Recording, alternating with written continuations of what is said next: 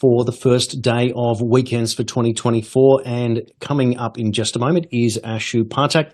He is or has 25 years of TV journalism experience in India.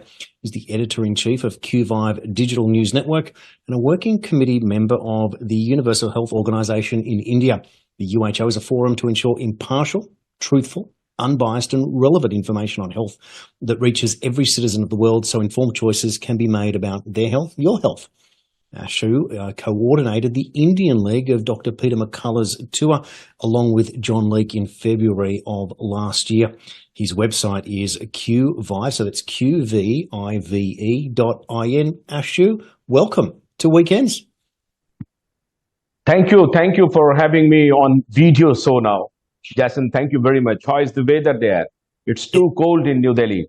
I can't believe that I'm hearing that my Indian friends are suffering from the cold. It must be the climate change, Ashu. I don't know, but this weather is too much cold, and maybe the impact of climate change. But I'm not in that league, in fact. Of course, I mean, climate change is all about the warming and the hot and the heat, and you're going to pass out from it being too hot. And here we are over in New Delhi, and it's too cold. What does that say to the world? I do want to say that I celebrated my birthday last weekend, and I had the most magnificent Indian feast I've ever had in my life. I was actually thinking of you as I was doing it because I wanted to compare notes if we had time about some of the beautiful cooking that I had, and that's one of my hobbies. That's why I bring it up. My other hobby, of course, is cricket, and if we have time today, I might ask you about how the effects of the World Cup were taken after the defeat of India by Australia a few months back, which was also disappointing. But that's not really what today's interview is all about. I want to get a little bit serious for a moment. And I want to ask you, in an election year, what is the mood like in India at the moment? Is there a feeling of change, or is there a feeling that Prime Minister Narendra Modi is doing a good job and will be returned to office for another term? But let me tell you first that, as you mentioned about the cricket, that's very interesting thing. Then we'll come to your political question. So we lost the final match in a row, that we own nine matches in a row. But ultimately, which India had to win, but lost the match. But it is a cricketing spirit that we cheer the win of Australia too. So therefore, we congratulated Australian team. But Australian team had a very great experience on Motera ground, Narendra Modi ground in Ahmedabad. But the wicket was not good. But this is not the excuse. Australian team played very, very fantastic, and they deserved the final. And we didn't play up to our expectation. That's why we lost the match. Therefore, Australian team and Australia deserve deserve the clap and the World Cup too. So, whole Indian is congratulating all Australian team. Now, come to your political question. Can you please repeat what is your question for politics in India? Certainly. So in an election year, the elections kind of start April, May. It's a very long election process. What is the feeling on the ground in India today? Is there a feeling that Prime Minister Narendra Modi will be returned, or is there an air of political change happening in India? No, as far as the feeling is concerned, the nation's mood is absolutely in favor of Narendra Modi. And the whole 140 million people, and I think that 1.40 crore in terms of crore.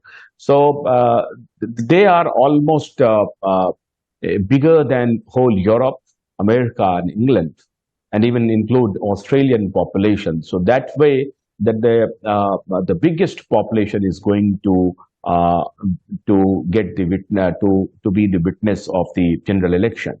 And as you rightly said, that the mood of the nation is absolutely in favor of Narendra Modi, because earlier 5 states just had the election result, and BJP got out of 5, got the 3 states in his favor.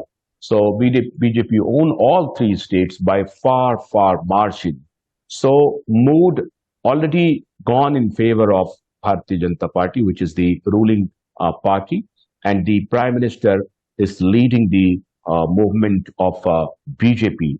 And undoubtedly, the Narendra Modi has become a very popular leader in not only in India. Rather, I have seen one survey in all across world that the Modi got 76% popularity ratio. So therefore, I think that the yes, everything is favor of Narendra Modi, and mood is certainly is in favor of Narendra Modi. The fact of the matter is, Jason, that the opposition, the 26 parties alliance, Indie alliance, that is called INDIA so-called that India alliance. They made the India alliance. So in comparison to BJP, which is in power, India alliance is lacking far behind. I think that they don't have the charismatic leader who can challenge Narendra Modi at this point in time. And by 22nd of January, there is a great event going to be in Ayodhya, and there is a Ram temple movement. It's been a 500 years movement, and Narendra Modi is going to inaugurate the temple in Ayodhya. This is going to be a very turning point of Indian history too. Therefore, the whole mood of India is certainly in favor of Narendra Modi, and the big community, the Hindu community, the Sanatan community is certainly in favor of Narendra Modi for this particular work. And Article 370 abrogated from Jammu and Kashmir, that is again a great achievement. And the triple talaq issue also gone in favor of Narendra Modi. So the Muslim community, the women of Muslim communities also supporting Narendra Modi, because Narendra Modi done a marvelous thing which no party is in opposition done earlier. So these are the issues on which Narendra Modi is eyeing that he is coming back to the power. It's very impressive what we're seeing over there in India. And what I'm finding interesting, Ashu, is that this is a very big year for national elections. Not only do we have the election in India that looks like, as you're saying, that Modi's a hot favourite to be returned, we're going to see a presidential election in March in Russia, and it seems almost at impossible odds that anyone could defeat Vladimir Putin at any stage. So of the BRICS nations, there's no political change. But if we go to the West, and we look at last year, New Zealand was a big political change there, virtual wipeout of the Labor Party in that country. Rishi Sunak's in a lot of trouble in the UK, and that election has to happen before January of 2025, with calls that it may happen in the second half of this year. So one Western government fallen last year, another one likely to fall this year. Joe Biden looks at no chance of being returned in the United States unless there's some clandestine methods of being able to do that. Trump's already miles in front there, so we look like we're going to see political change in the United States. And Justin Trudeau is facing election around about October or before this year against Pierre Poilievre, who is 15 points ahead there. And then in Australia, we have to go to the polls by May of next year with Anthony Albanese almost neck and neck with the unpopular Peter Dutton. So it could well be that all Five Eyes nations, Australia, New Zealand, US, UK and Canada, could all have changes of governments within an 18-month period, and whilst the BRICS nations are looking as solid as a rock. So the idea perhaps that the unipolar world led by the superpower of the United States versus the multipolar world are at complete odds. This is a very different perspective to what we may have thought of as early as a decade ago, Ashu. Jason, you rightly explicit in a great manner that no way this world is going to be unipolar. So absolutely, you rightly hit the right button that this world is going to be multipolar. There is no way of unipolar world in coming this year and after this year, after 2020, after 2024. So half of the population and more than half of the population is going to witness the election, general election, as you rightly said, US, UK, New Zealand, Australia, and India. So, and in Russia too. So I think that the India is going to be a very pivotal position for rest of the world too. So India is going to play a very pivotal role in making the polar world, because the whole world is eyeing, whole world is looking up to India. Yes, you wanted to say something? Well, what I wanted to bring into that conversation was something I think is very important, is the cost of living. And even last year when we were reporting on Compass about the price of tomatoes, who would have thought that that's a significant story? But it is a massive story that even inflation infected India in such a way. But I wanted to come back to the idea of just simple food production. India is now officially the most populous nation on earth, with some 1.4 billion people in the country. And it seems that India can continue to go from strength to strength. I'm not sure if you're aware of this fact, but since the beginning of COVID, the population of India has increased by more than the entire population of Australia and New Zealand combined, around about 30 million people. That's astonishing. So here we are. And as you rightly say, we can't have a unipolar world anymore. I mean, India is too powerful and too productive, and in this ever-changing world. And you only needed to watch the World Cup cricket to realise the level of technology that's in India. That the stadiums were beyond magnificent, and it didn't matter what part of the country you're in to watch. So it's not like we're seeing an India that we might have remembered from 20, 30, 50 years ago, depending on our age. This is a completely new experience. What I wanted to ask you, though, on an economic level, is are the people doing better or worse under Modi? And is food production, for example, safe in India going forward for such a large population? So nowadays, India, as you rightly said, India is not only populous, rather, if you want to live in Delhi, it is costlier than any area of the world. If you want to buy a flat of 1,000 square feet or 1,500 square feet, you will have to pay 2 crore, 3 crores in a better location. So that's very costly. So after COVID, the cost of living has gone up. But the fact of the matter is the agrarian economy and the agrarian population is completely based and dependent upon government policy. Therefore, more than 80 billion people, more than 8 billion people are getting government support, 2 times meal from government, and the government is protecting more than 8 billion people. So I think that the problem is the cost of living going up, and there is a one population segment whose earning is higher than US earning. But the one side of the population, they don't have that much of earning, but they get the government's policy, government schemes. They get the benefit from all the government schemes. So therefore, I think that the Indian government, Modi, is somehow completely managing the economy too. So if you go to the different metro cities of India, you will be amazed at how growth is taking place. So highways and railways and airports are building every now and then. So I think that the inflation rate, sometimes I think that they are in favor of the economy, good inflation, but not the bad inflation. But yes, there are populations who are certainly getting the jolt of the highest inflation, but there are populations who are almost getting richer and richer.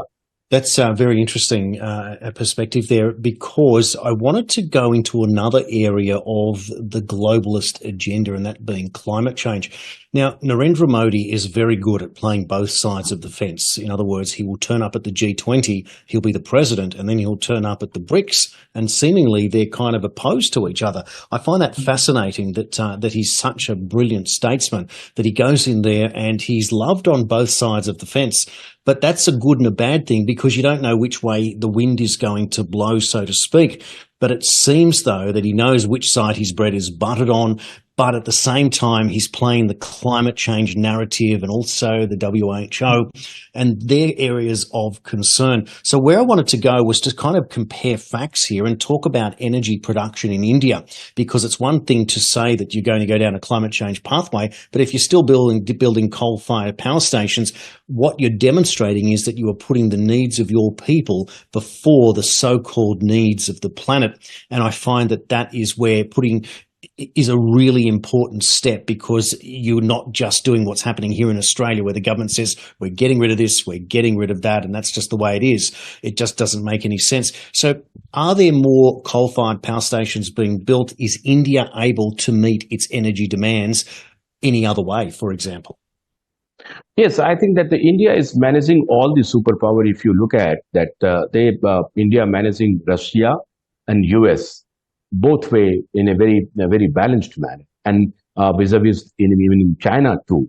So India is not fighting with neighbors like China, and India is having good relationship with Russia, and at the same time good relationship with US too. So India is trying to balance with all the power centers of the world, and therefore trying to be more independent as far as energy is concerned. But again, the whole world is dependent on petroleum product and diesel product. So India is again dependent upon Russia or the Saudi Arabia and other parts of the world, and as far as the energy is concerned. As far as you said about the climate change, yes, India is balancing the game. Sometimes you will find that India is in support of climate change narrative, but sometimes you will find that no, India is not going to buy any narrative by the globalist power. I'm just giving you a very great inference that Prime Minister Modi certainly convinced that who are the globalist player who want to control the whole world, and therefore they safely distancing. The Prime Minister Modi and the Indian government diplomacy is safely distancing from this narrative, and now they are entering into other narrative. Like Modi just met Elon Musk in US, and I think so that Modi is no more interested meeting to Bill Gates. So therefore, you will find a very balancing act Indian diplomacy is doing. Sometimes they are standing with the Bill Gates, and sometimes you will see that they are standing with the. I think you. No, we still got you there. We still got you there. I've still got Ashu there. I don't know what's going on, but what we might do is we'll take a quick break. It's that time, and we'll be back with more here on Weekends on TNT. Hi, I'm Susan Lucci. I never thought about heart disease until I had my own heart event. At first, like so many other women out there, I ignored my symptoms. A slight pressure on my chest, shortness of breath. I thought, I don't have time to be sick. I had a 90% blockage in my main artery and a 75% blockage in the adjacent artery. I received 2 stents in my arteries. Stents developed through research funded by the American Heart Association. Those stents saved my life. I'm so grateful to the American Heart Association. Their research helped save my life. I can enjoy life with my children, my grandchildren, and my friends. Please, listen to your heart. The only reason I'm here today is because I did. Learn more about the American Heart Association's life-saving work at helpheart.org. While serving in Afghanistan, I was hit by sniper fire. The fighting was so intense, the medevac chopper was barely able to land. In the hospital, I was given a 5% chance to live. It's a good thing math wasn't my best subject. Today, I visit classrooms and share my story. I talk to kids about dealing with life's struggles. I tell them, with a little help and a lot of work, that you can overcome any challenge. DAV helps veterans like Adam get the benefits they've earned. They help more than 1 million veterans every year in life-changing ways. I know that some struggles are big and some are small, but they're all struggles, and you have to learn to get through them. With support from DAV, more veterans like me can live their best life. And as a new father, I have one more reason to keep on keeping on. My victory is being there for the next generation. Adam Alexander, may your victories inspire many more. Support more victories for veterans. Go to DAV.org. Discussing local, national, and international issues. Weekends with Jason Olbourne on today's News Talk, TNT. Welcome back to Weekends. We're here with Ashu Pathak. Ashu he just had a couple of glitches there, but I think we've got him back. Ashu, there you are. Wonderful. So moving on from where we go next in terms of India, around here in the West, there's the usual push for digital ID and central bank digital currency and smart cities. Are any of these concepts on the radar in India? Yes, here Indian government is, I think that doing the round the clock about the digitization and digital currency. Indian Federal Bank, Reserve Bank of India, a few months back said that Reserve Bank will have their own digital currency. But people are using digitized network as far as the transaction is concerned. More than 90, 98% and 99% transactions are happening, digital transactions nowadays. But they are reluctant to buy the currency, digital currency, like cryptocurrency and all, and other format of currency. But certainly, yes, the Indian economy is almost moved to the digital way. That is the concern for the common people. So common people don't understand what are these narratives going to harm the normal population. They don't understand, and there is little literacy about the digital transaction and digital currency. There are cyber attacks going on. There are cyber crimes going on. So these are the adverse effect of digitization. But as you said that as West is depending upon digitization and digital currency, India is also moving towards digital currency. Some good things also coming out from this digitization, but I think the bad things are more happening due to digitization. Therefore, I think that the common people must get the proper education, which government is not doing anymore, and government is just forcing them to be on digitization path. So somewhere I think that in coming future, the population, the normal population will lose the independence. So some people are still doing around the clock that they should have the real currency on the paper currency. They don't believe in plastic currency and digital currency.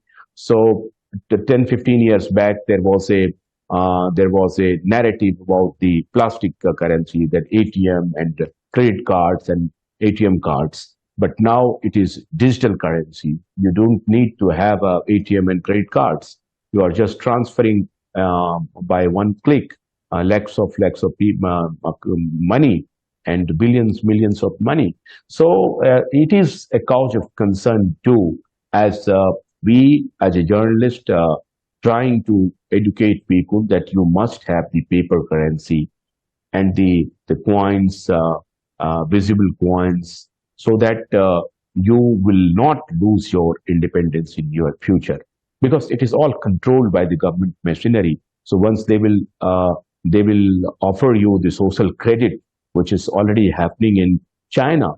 So people are really reluctant that one day, if you won't have your paper money at your hand, everything will be controlled by some server, and they can tell you that your behavior is not up to mark, your behavior is against the government, your behavior is against the society.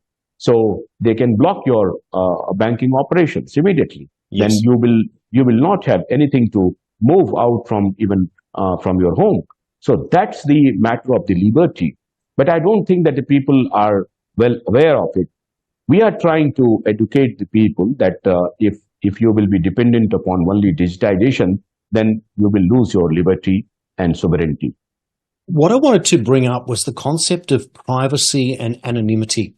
And these are two things that concern many people about the idea of your freedom being taken away, your privacy being taken away in a digital transaction, and your anonymity, the idea that you can have a cash transaction and no one need know what you bought, when you bought it, etc. That's a very big deal. Now, privacy and anonymity here in Australia is probably a little bit different because I don't know in a country that has 1.4 billion people versus a country that has 26 million people, if privacy has the same meaning, for example, in India. Does that make sense? Absolutely, you are saying, Jason, the privacy, as far as the privacy matter is concerned, that is worst vulnerable in India. You can find that no population is educated about their Aadhaar card, the social number, which you say in West, in US. Here, people used to say the Aadhaar card. Aadhaar card, that's your personal identity number. So the personal identity number is being given to any agency without any proper scrutiny. So government has already linked your Aadhaar card number, personal identity number, with all your bank accounts, with all your passports and everything. So wherever you will go, you will need the personal identity number, and it is in public domain. You can find everywhere your personal identity number, which is the worst and the vulnerable situation in India. I think that even government is not protecting the security of the people. So this is a cause of concern, Jashan. And the globalist power, they somehow entered into the government system, and they almost captured these kind of things. But now government is very much aware of the fact, and government is trying to decimate all these happenings which happen. So they are trying to protect the individual sovereignty too, but the privacy is absolutely in vulnerable shape in India. It's a very, very different perspective to how you might expect it would be in a country with not many people. Imagine the difference in New Zealand with only a handful of people, 6 million. Israel only Palestine, small populations, but of course that's different to landmass. But Australia versus India, and compared to landmass versus population, two very, very different scenarios altogether. Let's move along to another subject, and that is electric vehicles. Here in Australia, the comparison is that there's always a little bit of an increase each year on year in terms of electric vehicle production, but it's not as impressive as the Greenies would like it to be. Over in the United States, it was reported that late last year there were millions of vehicles that were just unsold, and in fact that there was some almost 4,000 motor vehicle dealers who'd written to Joe Biden collectively and said, "Stop the mandates, we can't sell them." What is the, for example, are electric vehicles being taken up by perhaps certain classes of people in India, or is production quite slow there, the same as you might expect in the rest of the world? No, I think that on this issue, I would like to ask the counter question to you, that can you please tell us that, because the whole Indian population, they want to know that that the lobby of petroleum, they don't push the agenda of electric vehicle all across the world, and the same thing happening in India too. So if you want to buy an electric vehicle or four-wheeler in India, you have to spend I think the 50% more, or sometimes 100% more than the petrol vehicle and the diesel vehicle. So therefore, electric vehicle is very expensive. Government is saying every now and then that after 6 months and after 1 year, electric vehicle will be cheaper than the petroleum or diesel vehicle. But I don't think so. It is not coming down. Price is not coming down. People are willing to buy the electric vehicle. but they don't have the option. They are costly, and their stations now, charging stations are building by the government or the private agency too. Even in the societies where thousands of people are residing, they are trying to build the charging station, battery charging station.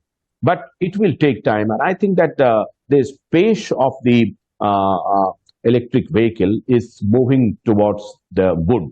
I think that after 1 year, you will find more and more electric vehicle in the almost. I think that in metro cities you will see good growth in metro cities, and after that you will see the tier 2 and tier 3 cities. You will also see a good growth of electric vehicle. But still, India is not on the pace path. It's not having a great pace. Therefore, I think that the India is willing to know that what is the globalist globalist agenda of petroleum lobby. Are they willing to push only petroleum vehicle, or are they in favor of electric vehicle? Look, it's a very good question, isn't it? Because what we see here in the West, and we see the same in the US, is that every year it seems that the emissions levels that oil-driven motor vehicles use is lower and lower. So we don't see the powerful V8 engines anymore. We see very, very small capacity petrol engines, normally coupled with a turbocharger to boost output of power, etc. And so you compare these smaller engines against these smaller electric vehicle motors, and so it becomes a little bit more of a genuine trade-off between the small petrol vehicle, the small electric vehicle. But like our first guest today on the show, Mike Netter, said over in the US, that it used to be that the market would sort these things out. And I think that's the most important thing here, is that we're being dictated to at so many levels around the world that we're told, and it's subsidized, that you must get an electric vehicle. And unfortunately here in Australia is we have the tyranny of distance. It's a very big country and not a lot of people, and people need to drive their motor vehicles long distances. So there's a concept that's the same in the US called range anxiety, where people buy an electric vehicle and they realize that they can't get very far to a charging station, where they need to wait for 20 to 40 minutes to get some level of charge to move to the next destination. There was a story here in a few months back that somebody had purchased a particular SUV type of electric vehicle that had a range of about 350 kilometres. They got into their car and they drove at 110 kilometres on a highway to drive from Melbourne to Albury, approximately 350 kilometres. They expected to do it on one charge. However, they worked out that when they were travelling at the highway speed of 110, they only got 110 kilometres in the range of the vehicle before the battery was dead flat. It took them 4 days to get to their destination that they should have achieved in 3.5 hours. And therefore you have another problem. And that's the point with all of this, is that if they would just let the market work it out and not force this technology down people's throats, we may be in a very different position where people might say, you know what, we'll get one electric vehicle as our next vehicle. That'll be the one that we use for little trips around town, but we will keep our petrol-powered or diesel-powered SUV family vehicle. And what they've done in the process is that they've moved along in a certain way to appease what the general population expects in this time, whether we believe in it or not. But it's just a different way of doing it. And it's very interesting, Ashu, in this conversation that we're able to have today, is to compare notes across different parts of the world. But in India, you will find that the EV producer are saying that they will give you a vehicle which will last up to 450 kilometers in one charge. I don't think so. But when I talked to some EV owners, they said that yes, I'm happy with the vehicles, and they give the 450 kilometers at a stretch and in one charge. But still, people are a little reluctant to buy the EV vehicles right now. Still, you will find the Volkswagen has not introduced any EV vehicles, and the Skoda has not introduced any EV vehicles.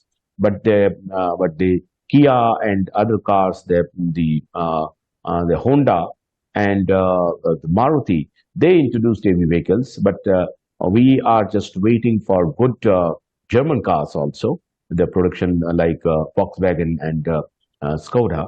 When they will produce the EV vehicles. Amazing, isn't it? Just how I love the way we can compare this across the world. You're not going to believe this when I tell you, but the closest new car dealer to my current house where I live is Mahindra, which is an Indian vehicle. Mahindra. Oh, great. Quite incredible, isn't it? You'd never expect that I would say that to you, that's what we have here across the road. Of course, we have other manufacturers that have dealerships nearby to where I live, Volkswagen and Nissan, but the Mahindra is the closest one. Quite incredible. That's how far we've come around the world. As this is the Mahindra introduced. That's Mahindra right. introduced EV vehicles. Yes, yeah. And there it is. It's quite incredible. Now, unfortunately, Ashu, we have run out of time. So okay. It's been wonderful to catch up with you again. And I look forward to speaking with you on the road to the elections, because it's a very, very big deal. But on that note, I am going to have to say goodbye and thank everyone for watching and listening today on Weekends with Jason Olbourne. And thank you, Ashu. There'll be a whole lot more coming up. Thank you. A whole lot more coming up after the break. Thank you.